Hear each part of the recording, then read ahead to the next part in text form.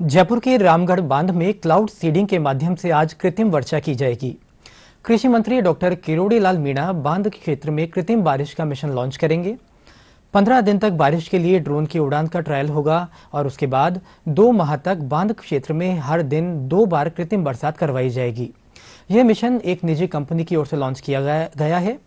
पहले यह प्रक्रिया 31 जुलाई को शुरू होनी थी, लेकिन भारी बारिश की चेतावनी के कारण इसे स्थगित कर दिया गया था। और जयपुर के रामगढ़ बांध में क्लाउड सीडिंग के जरिए कृत्रिम वर्षा पर और अधिक जानकारी के लिए हमारे साथ जुड़ रहे हैं हमारे संवाददाता लक्ष्य आर्या। लक्ष्य, क्या आप हमें सुन पा रहे हैं? जी जी सिद्धार्थ, बताइए। लक्ष्य, सबसे पहले हम जानना चाहेंगे कि क्लाउड सीडिंग क्या है और कृत्रिम बारिश किस तरह का अपने आप में एक नया प्रयोग है।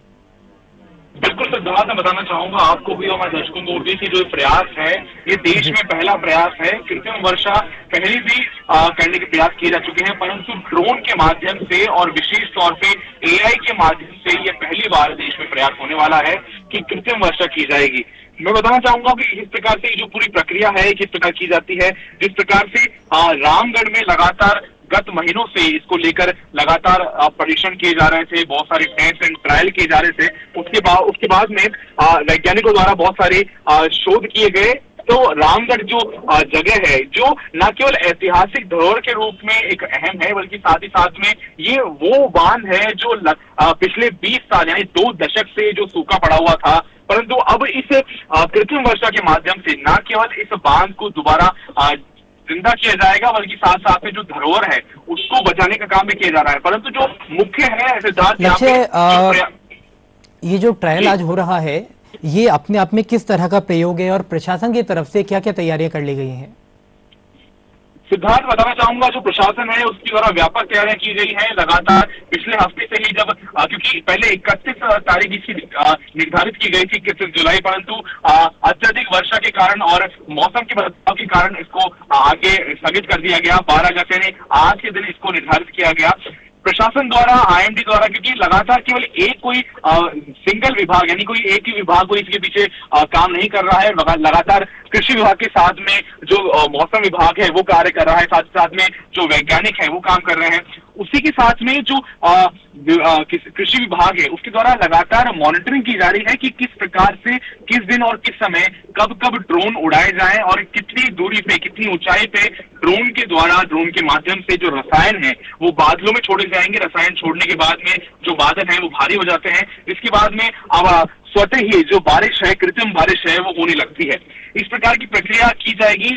अभी 2 बजे कृषि मंत्री किरोड़ी लाल मीणा मौजूद रहेंगे, इस कार्यक्रम की शुरुआत करेंगे। वहीं जो रामगढ़ के आसपास के जो क्षेत्रवासी हैं, गांववासी हैं, उनको भी आमंत्रित किया गया है इस ऐतिहासिक पल का साक्षी बनने के लिए। जी सिद्धार्थ। लक्ष्य, अगर बात करें स्थानीय लोगों की तो उनमें कितना उत्साह नजर आ रहा है? बिल्कुल सिद्धार्थ, उत्साह भरपूर नजर आ रहा है, क्योंकि ये जो रामगढ़ का बांध है, मैं जैसे बताया आपको कि 20 सालों से, 2 दशक से ये बांध सूखा पड़ा था। क्योंकि एक ऐतिहासिक धरोहर होने के नाते जो आसपास के जो लोग हैं, जो गांववासी हैं, क्षेत्रवासी हैं, उन्होंने इस धरोहर की भव्यता को महसूस किया है, इसकी धरोहर की जो भव्यता है उसको देखा है। परंतु 20 साल से जो धरोहर जिस प्रकार से नष्ट होती, एक क्षीण होती नजर आ रही थी, परंतु दोबारा, क्योंकि 20 सालों में लगातार कई सरकारें आई, कई अधिकारी आए, लगातार प्रयास किए गए कि इसको दोबारा जीवन किया जाए, परंतु कोई भी प्रयास इतना कारगर साबित नहीं हुआ। आज जब कृत्रिम वर्षा के माध्यम से जब जनता को लग रहा है कि शायद दोबारा रामगढ़ का बांध दोबारा बोल उठने के लिए तैयार है, दोबारा जी उठने के लिए तैयार है, तो वो क्षण मुझे लगता है कि जो क्षेत्रवासी है उनके लिए भावुक क्षण बनता जा रहा है। जी सिद्धार्थ।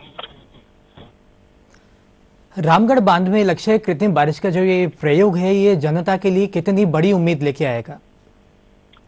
सिद्धार्थ, जिस प्रकार से जो ये प्रयास है, मैंने आपको कहा कि न केवल एक कोई एक ही मोटिव से, कोई एक ही लक्ष्य से ये प्रयास नहीं किया जा रहा है। इसको लेकर बहुत सारे लक्ष्य निर्धारित किए गए हैं। न केवल ये किसानों के लिए उन्नति लेके आएगा, बल्कि साथ साथ में जो हमारा मौसम विज्ञान है उसमें भी एक तकनीक का नया नवाचार है। साथ ही साथ में हम देख सकते हैं कि जो जलापूर्ति है उसके लिए भी बड़ा अहम साबित होने वाला है। तो लक्ष्य, क्या ये कहा जा सकता है कि ये प्रयोग राजस्थान के लिए तकनीकी क्रांति की शुरुआत हो सकता है?